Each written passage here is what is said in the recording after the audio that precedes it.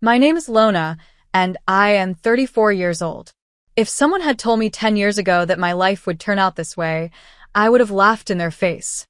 I used to believe in fairy tales, the kind of love that sweeps you off your feet, the kind of family that holds you when you fall. But what I got was nothing close to that. My story is not about a fairy tale. It's about reality, about betrayal, and about how a woman learns to stand up again after being pushed to the ground more times than she can count.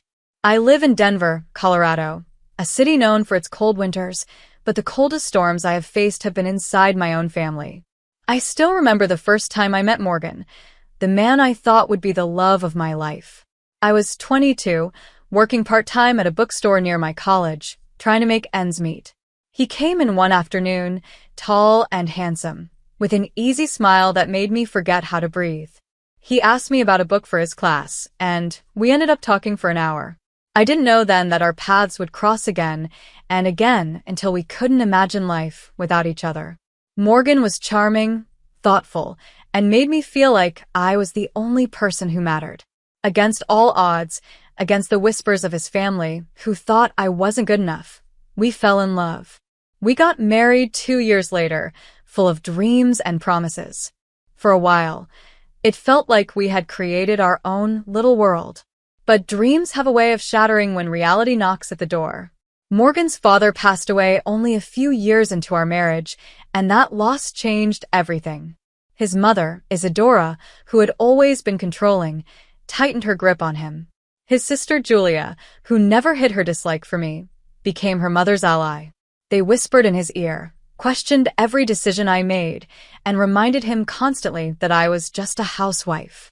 Still, in those early years, I held on to Morgan, believing that our love would be enough to shield us. I poured myself into raising our daughter, Cora, who became the center of my world. She was born with a smile that could melt even the iciest heart, and I swore to protect her no matter what. From the very beginning, I noticed something unusual about her health. When she was just a toddler, she had a reaction after eating a piece of bread at a family dinner. We rushed her to the hospital, and the doctors told us that Cora had a gluten allergy. Bread, cakes, pasta, anything made from wheat could trigger dangerous reactions.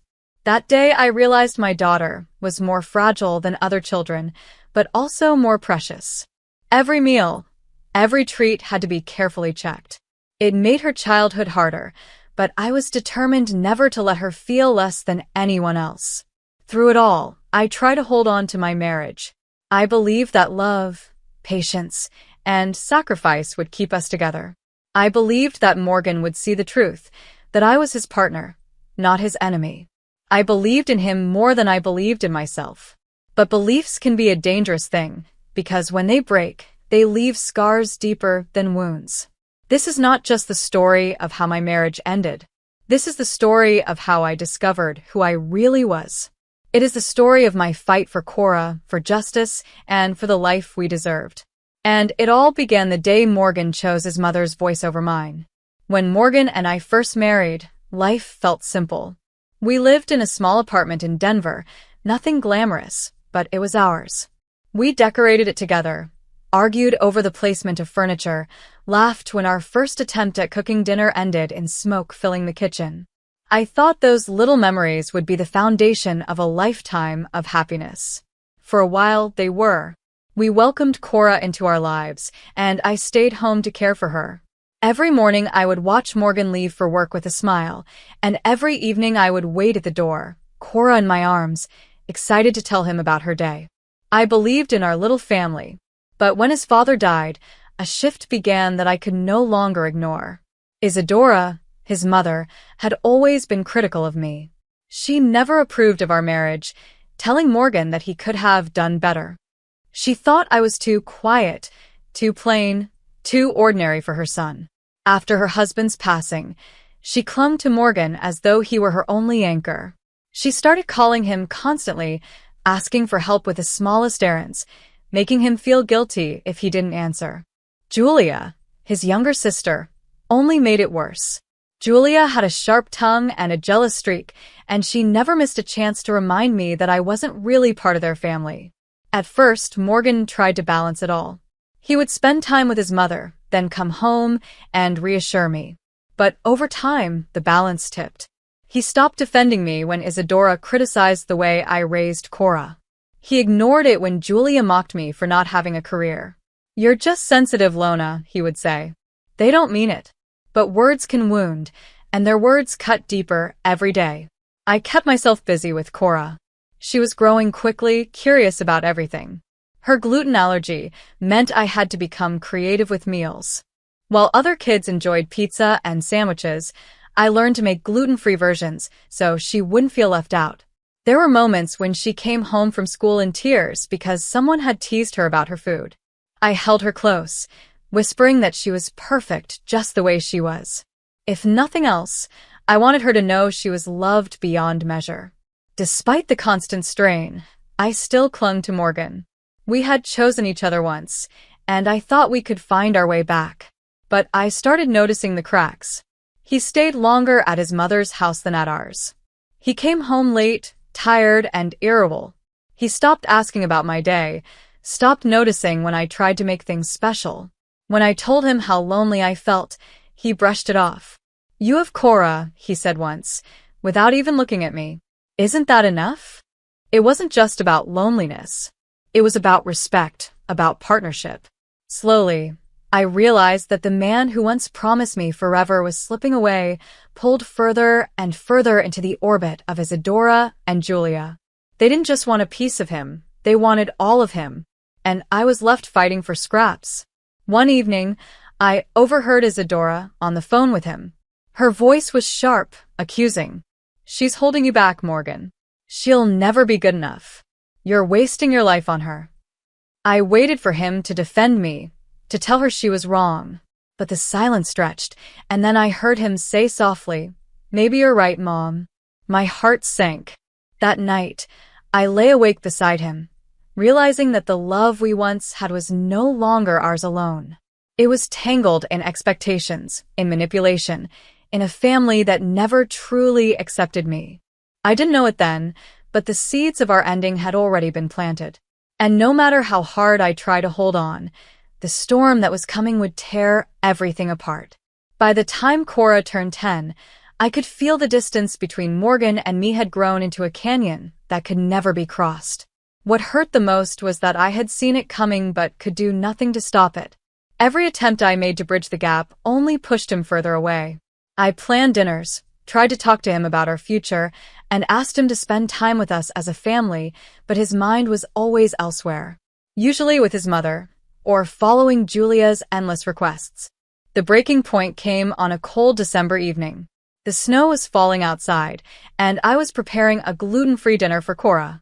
She was at the kitchen table, drawing pictures of snowmen, her laughter filling the room. Morgan walked in with a look on his face that I had learned to fear, the look that meant he had been listening to Isadora. He didn't sit down. He didn't even take off his coat. He just looked at me, and with a voice that sounded rehearsed, he said, "Lona, this isn't working anymore. I want a divorce." The words hit me harder than a physical blow. I felt the ground slip from beneath my feet. "What?" I whispered, my voice trembling. Cora looked up from her drawing, her big eyes darting between us. Morgan avoided her gaze. "I can't do this," he continued. "You're not the person I need anymore. Mom was right. Julia was right. You've held me back for too long. You've made no effort to be part of my family. You don't even work. I need someone stronger, someone who—" "Stronger?" I cut him off, my voice rising despite the lump in my throat. "I've sacrificed everything for this family. I gave up my career to raise our daughter.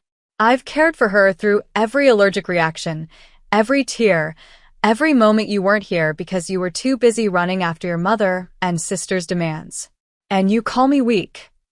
He turned away, his jaw clenched. "I've made up my mind." Cora dropped her pencil, her voice small and scared. "Daddy, what's happening?" I knelt beside her, holding her close, fighting back tears. "It's okay, sweetheart. It's not your fault. I wanted to shield her from the storm that was ripping through our lives, but how could I when I was barely standing myself?" The divorce process was quick, almost cruelly so. Morgan didn't fight for custody of Cora, which both relieved and broke me. He simply signed the papers, leaving us behind like we were nothing more than obligations he was tired of carrying. His mother Isadora and Julia celebrated quietly in the background, smug in their victory. They had wanted me gone, and they had finally won. When the paperwork was finalized, I found myself standing outside the courthouse with Cora's hand in mine, the cold air biting at my skin. I had nowhere to go. With no job, no income, and no home of my own, renting an apartment was impossible. The only option I had left was to return to my parents' house, a place I had sworn I would never live in again. The thought of going back there filled me with dread. My mother, Jessica, had never been kind to me. My younger sister, Melissa, had always been the golden child, the one showered with love and praise while I was overlooked and criticized. My father, Corbin, was the only one who ever showed me kindness, but even he was too afraid to stand up to Jessica's sharp tongue. Still, I had no choice. For Cora's sake, I would swallow my pride and ask for shelter under the same roof that had once made me feel so unwanted. That night, as I packed the last of Cora's clothes into a small suitcase, she looked at me with wide, worried eyes. "Mom, where will we go now?" I forced a smile, though my chest ached. "We'll go to Grandma and Grandpa's house. Just for a little while, until I can figure things out. I promise I'll take care of you no matter what." She nodded slowly, trusting me completely, even though I wasn't sure how we would survive. As I closed the suitcase, I whispered a silent vow to myself. I may have lost my husband, my marriage, and my home, but I would never lose the fight to give my daughter the life she deserved. The drive to my parents' home felt longer than it was. Snow covered the roads, and the heater in my old car struggled to keep us warm. Cora sat quietly in the back seat, hugging her stuffed bear, her silence louder than any words. I kept glancing at her in the rearview mirror, wondering if she understood how much our lives had just changed. When we finally pulled into the driveway of the house I had once called home, a wave of unease washed over me. The same brick walls, the same worn shutters, the same cold presence I had escaped years ago, it was all still there, waiting for me. Jessica opened the door before I even knocked. My mother's eyes scanned me from head to toe, and her mouth pressed into a thin line. "What are you doing here, Lona?" she asked sharply, as though I were an unwelcome guest instead of her daughter. I took a breath, steadying myself. "Mom, I need a place to stay. Just for a while. Morgan and it's over. Cora and I have nowhere else to go." Jessica's eyes flicked to Cora, then back to me. She crossed her arms, her voice laced with disapproval. "I told you that marriage wouldn't last. You should have listened. And now you want to bring your problems here? We don't have room for you." Behind her, I saw my father, Corbin, standing silently in the hallway. His eyes softened when he looked at me, but he didn't speak, not yet. Then Melissa appeared at the top of the stairs, her golden hair perfectly styled, her lips curled in a mocking smile. "Wow. Big sister's back," she said, her tone dripping with sarcasm. "What happened, Lona? Couldn't keep your man?" Cora flinched at her aunt's words, clutching my coat tightly. I pulled her close, my heart pounding. "Please," I whispered. "Just for a little while." Corbin stepped forward finally, his voice low but firm. "Jessica, they can stay. She's our daughter. Cora is our granddaughter. This is their home too." Jessica shot him a glare, but she didn't argue further. Instead, she sighed dramatically and stepped aside. "Fine. But don't expect special treatment. You'll be responsible for yourselves." Melissa smirked as I carried the suitcase inside. "This should be fun," she muttered under her breath. The guest room was small and cold, barely big enough for the two of us, but I made it work. That night, as I tucked Cora into bed, she whispered, "Mom, why doesn't Grandma like us?" Her voice was so small, so fragile, it made my chest tighten. I stroked her hair gently. "It's not about us, sweetheart. Sometimes people can't see what's right in front of them. But you and we're strong. We'll get through this together." Over the next few days, the house became a battlefield of unspoken words and cutting remarks. Jessica criticized everything I did, from the way I folded laundry to how I cooked dinner. Melissa paraded around with her new clothes, her social outings, her glamorous stories, making sure to remind me of how successful she was compared to me. They made me feel small, invisible, like I had been all my life. Corbin tried to ease the tension, but he rarely spoke up in front of Jessica. He would catch my eye sometimes, his gaze filled with silent apology. I wished he would say more, but even his quiet presence was a comfort I clung to. Each night, when I lay awake in that cold room with Cora's small hand resting in mine, I told myself this was only temporary. I had hit rock bottom, but I wouldn't stay there. I refused to let my daughter grow up feeling unwanted, the way I had. Somewhere inside me, a spark of determination was growing. I didn't know it then, but this would be the place where my new journey would begin, not with kindness, but with rejection, and with the resolve to prove them all wrong. The days in my parents' house stretched long and heavy, filled with tension that never seemed to lift. Jessica and Melissa always found ways to remind me I was a failure. If I cooked, it wasn't seasoned enough. If I cleaned, it wasn't thorough enough.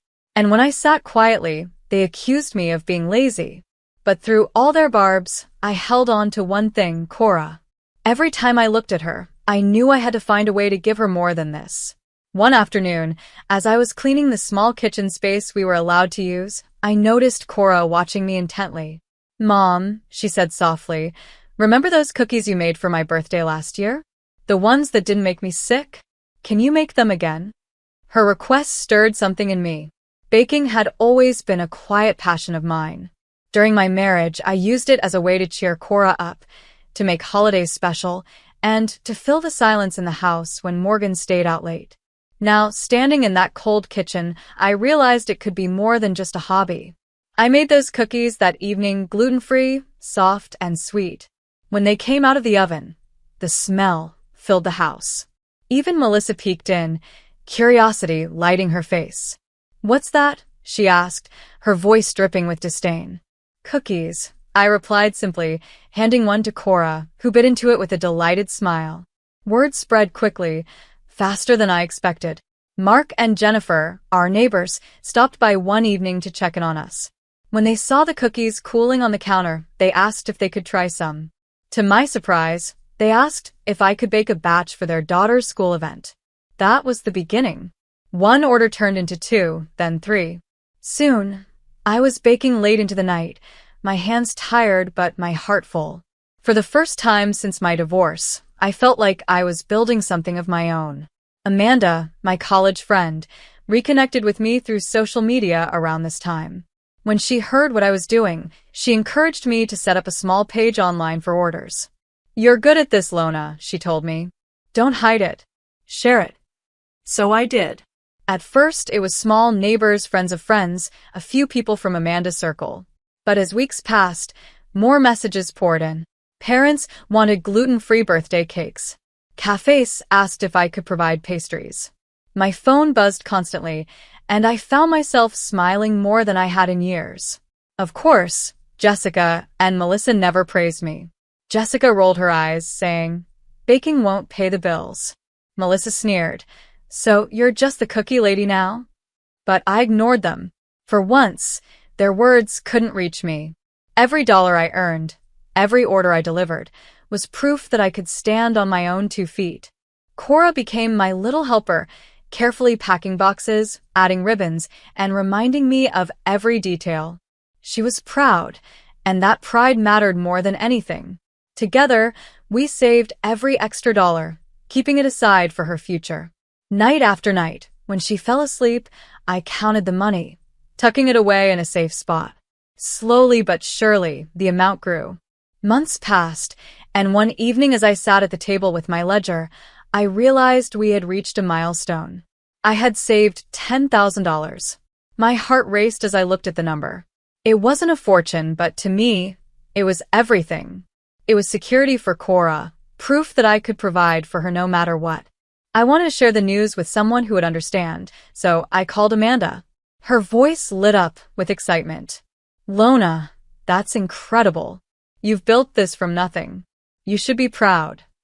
And I was proud and determined. But as I tucked the ledger away, I caught sight of Melissa's sharp eyes watching me from the hallway. Her smirk sent a chill down my spine. I didn't know then just how dangerous her envy would become, but I felt the warning deep in my bones. The discovery came sooner than I expected. One evening, as I was finishing up an order of cupcakes, I stepped into the kitchen to find Melissa standing near the drawer where I kept my ledger. She flipped through the pages carelessly, her eyes widening as she saw the total. When she looked up at me, her expression was a mix of shock and greed.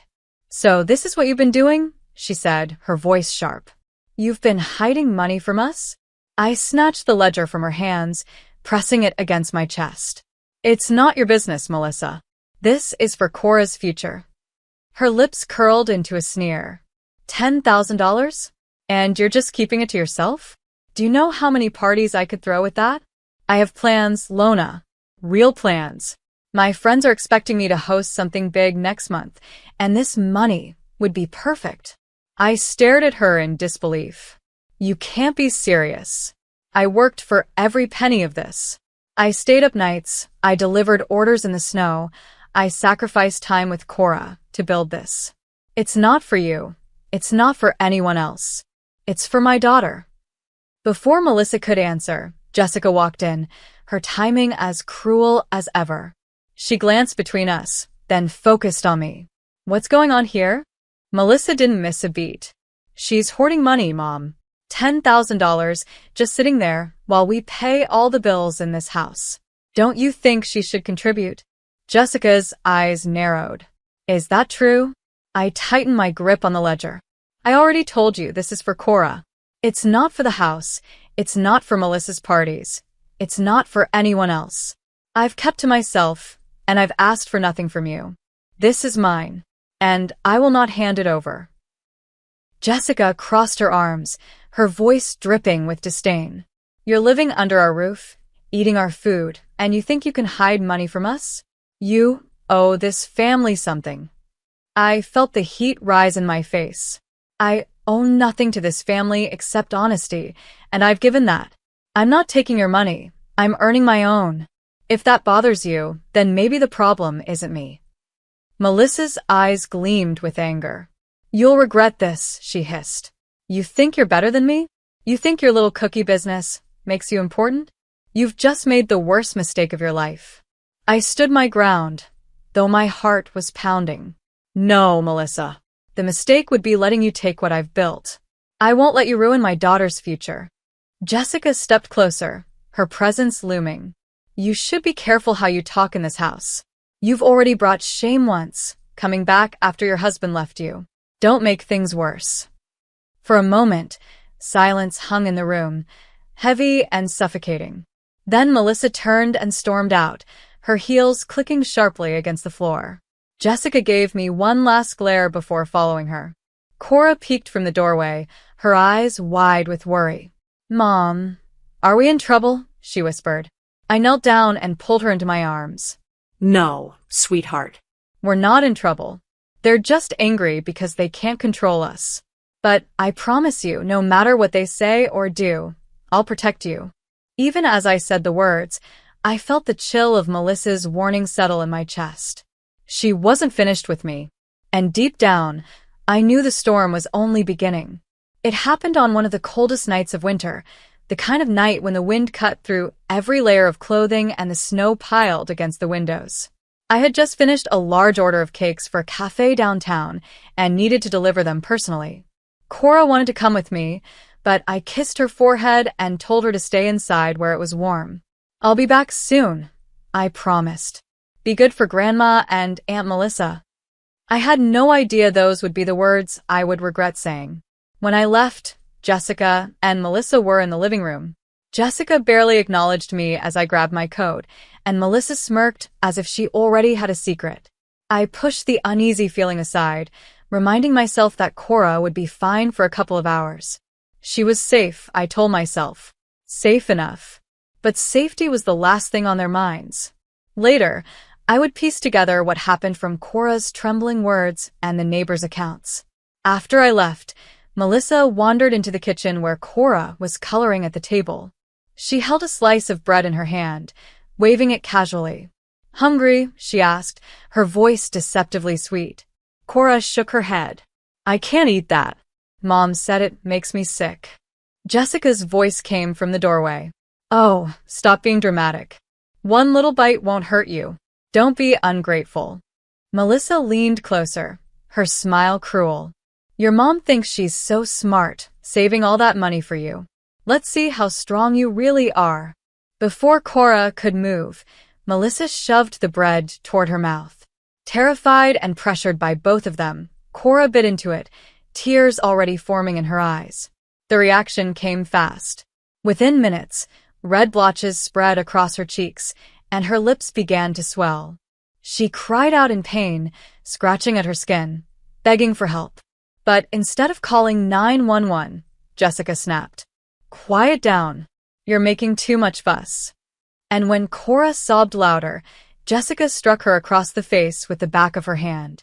The sound of the slap echoed through the house. Then, as though punishing her wasn't enough, they dragged her to the front door. Jessica flung it open, letting the freezing wind rush in. If you're going to cry, do it outside, she hissed. And with that, they pushed my 10-year-old daughter out into the snow. Cora sat on the front steps, the cold seeping into her skin, her body trembling not just from the weather, but from the pain of the allergic reaction. Her small hands clutched her stuffed bear as tears froze against her cheeks. Every sob carried into the night air until finally, someone heard. Mark and Jennifer, our neighbors, had just returned from dinner when they spotted her. Jennifer rushed over first, gasping at the sight of Cora's swollen face and shaking body. Oh my God, Mark, call Lona. Now. Mark pulled out his phone without hesitation, his voice urgent as he told me what they had found. When my phone rang, I was just finishing the delivery. The panic in Mark's voice sent my heart racing. Lona, you need to get home. It's Cora. She's outside. She's freezing, and she's not okay. I didn't even wait for details. I dropped everything, my hands trembling as I gripped the steering wheel. The drive back felt like forever, every red light a cruel delay. My mind raced with terror, images of my daughter suffering filling my head. When I pulled into the driveway, the sight before me shattered something deep inside me. Cora was bundled in Jennifer's arms, her face red and swollen, her sobs breaking my heart. Mark stood beside them, his expression hard as stone, glaring at my mother's front door. I rushed out of the car, falling to my knees beside Cora. Baby, I'm here, I whispered, my hands cupping her cold face. She clung to me, her body shaking violently. I kissed her forehead, fury boiling in my veins. I turned toward the doorway where Jessica and Melissa stood, watching like nothing was wrong. What have you done?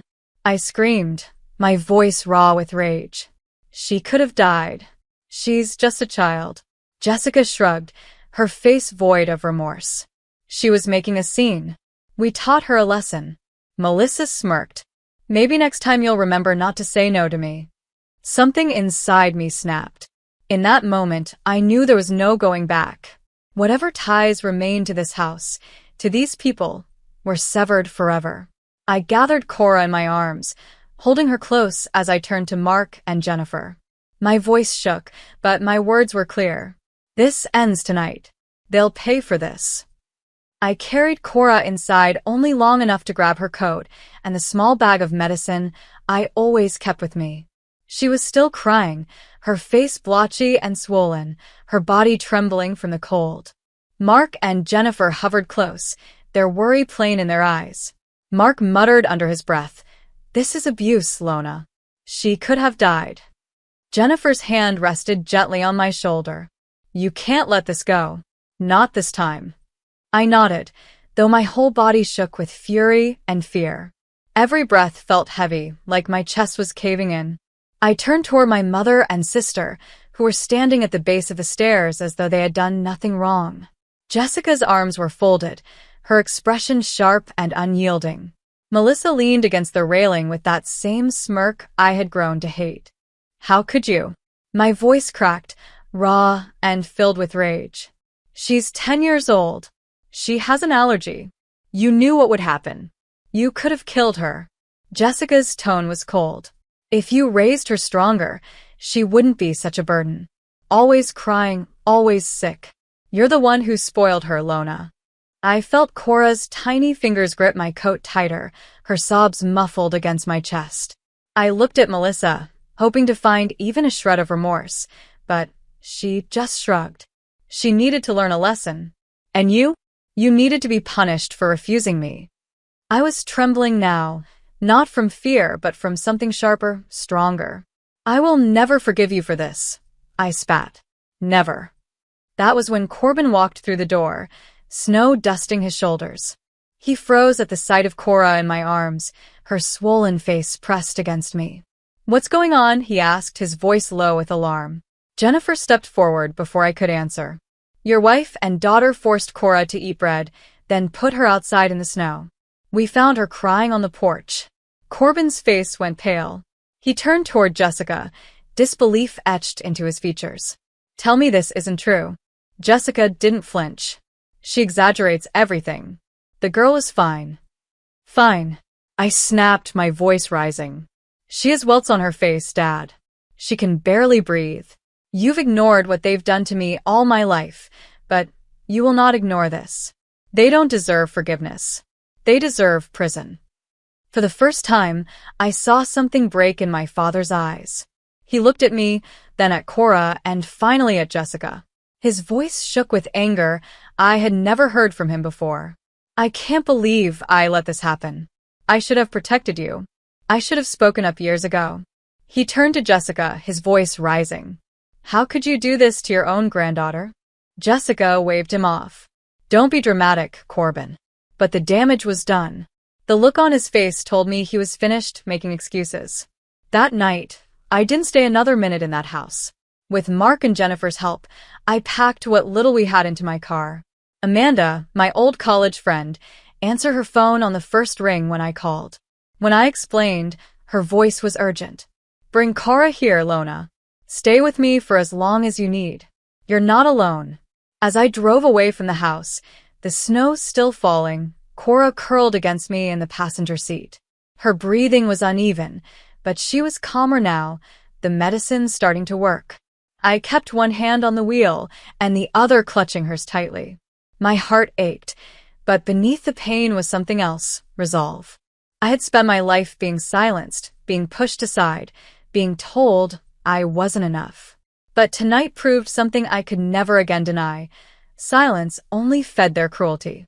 For Cora's sake, and for my own, I would no longer stay quiet. Jessica and Melissa had crossed a line that could never be undone, and I would make sure they paid for it. As I pulled into Amanda's driveway, her porch light shining warmly against the night, I whispered to Cora, "We're safe now. I promise you, they'll never hurt you again." The very next morning, Amanda drove me straight to the police station. Cora was bundled in blankets in the back seat, still weak but slowly recovering. My hands trembled as I held the report papers, but there was no doubt in my mind. I told the officers everything, how Jessica and Melissa had forced my daughter to eat bread knowing her allergy, how Jessica slapped her, and how they threw her outside into the freezing cold. Mark and Jennifer had already called in a statement, and they agreed to testify if needed. The officers listened carefully, their faces hardening as the details unfolded. By that afternoon, the police obtained a warrant. I wasn't there to see it, but Amanda later told me that the neighbors watched as squad cars pulled up to my parents' house. Jessica tried to argue, claiming it was all a misunderstanding, but the officers didn't hesitate. Both she and Melissa were taken out in handcuffs, their protests drowned by the flashing lights of justice finally catching up to them. When the case went to court, I sat beside my lawyer, my heart pounding as I faced the people who had tormented me for so long. Jessica sat stiffly in her chair, her expression one of pure contempt.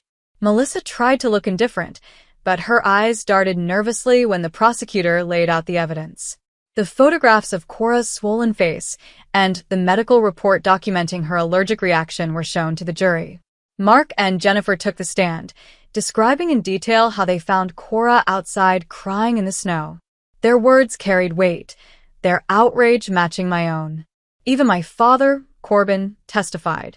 For the first time in my life, he stood up against Jessica. His voice shook, but his words were clear. I failed my daughter once. I will not fail my granddaughter now. Listening to him broke something open in me. I had longed my whole life for him to choose me, to stand by me, and at last he did. The defense tried to paint the incident as a simple misunderstanding, claiming Jessica and Melissa never intended Real harm.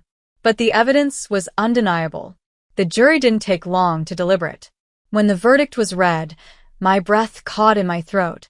Guilty on charges of child abuse, reckless endangerment, and neglect.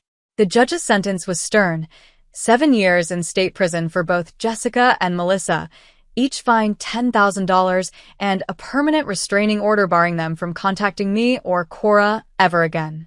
Melissa broke down in tears, crying that it wasn't fair, that she didn't deserve it. Jessica remained stone-faced, refusing to show remorse. But for once, their power over me was gone. The gavel came down, and with it, years of pain and silence shattered. After the sentencing, Corbin found me in the hallway outside the courtroom. His eyes were wet with tears, his shoulders slumped. Lona, he whispered, his voice breaking. I'm sorry. For all the years I let her treat you that way. For not speaking up. For being too afraid. I don't expect you to forgive me, but I need you to know I see you now. And I see how wrong I was. I swallowed the lump in my throat. Dad, I can't forget what happened. But I can forgive you. You tried today, and you stood up for Cora. That matters. Maybe it's not too late to be the father I always needed. His tears spilled over as he nodded. I'll spend the rest of my life trying. Walking out of that courthouse, holding Cora's hand in one and Amanda's hug waiting for me on the other side, I felt something I hadn't in years, freedom. Jessica and Melissa were behind bars where they belonged, and for the first time, the future felt open, wide, and filled with possibility. The months that followed felt like stepping into a new world. For the first time in years, I woke up without the weight of fear pressing down on my chest. The house I shared with Amanda was filled with laughter, with the smell of fresh pastries in the oven, with the sound of Cora humming while she helped pack boxes of cookies and cakes. My little bakery business, which had started in the cramped kitchen of my parents' house, was now blossoming into something real. Orders poured in daily, both online and in person. Cafes across Denver wanted my gluten-free desserts, and even customers from other states began to place special requests. I worked harder than I ever had before, but this time it didn't feel like a burden. Every hour I spent mixing batter, decorating cakes, or answering messages brought me closer to the life I had dreamed of. And with every delivery, every smiling customer, I proved, to myself more than anyone, that I was not weak, not a failure, and never worthless. Cora thrived beside me. She became my little partner, her small hands carefully tying ribbons on boxes and writing thank you notes for our customers.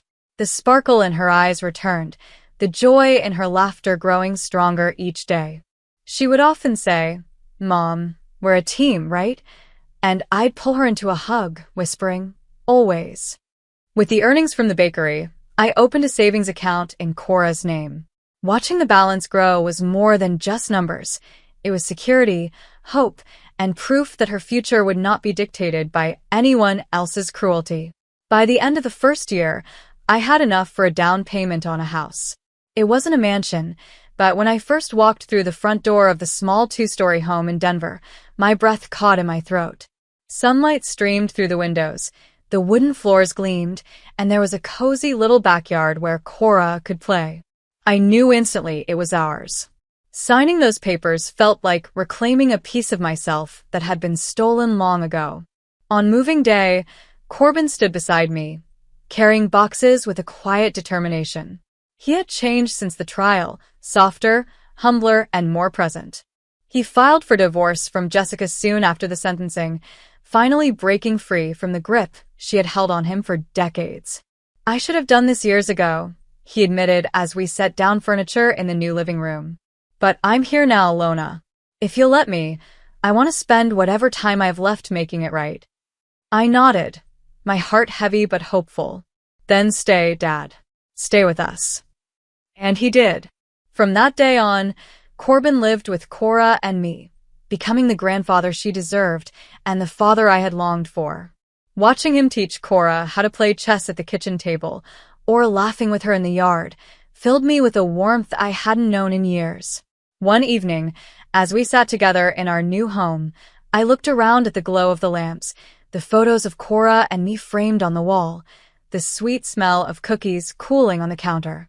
I realized that despite everything Jessica and Melissa had done, they hadn't won. They had tried to break me, but instead, they had pushed me into building something stronger than they could ever imagine. Cora curled up beside me on the couch, her head resting on my shoulder. "Mom," she whispered, her voice filled with the innocence only a child could hold. "Are we safe now?" I kissed her hair, holding her close. "Yes, sweetheart, we're safe. And no one will ever take that from us again." The storm that had nearly destroyed us was behind us, and ahead stretched a horizon I had built with my own hands. We had our freedom, our family, and our future. For the first time in a very long time, I allowed myself to believe in happiness again. Thank you for watching this story until the end. If you enjoyed it, please make sure to like this video, leave a comment to share your thoughts, and subscribe to the channel for more powerful stories. Your support means everything and helps us bring you more inspiring content every week.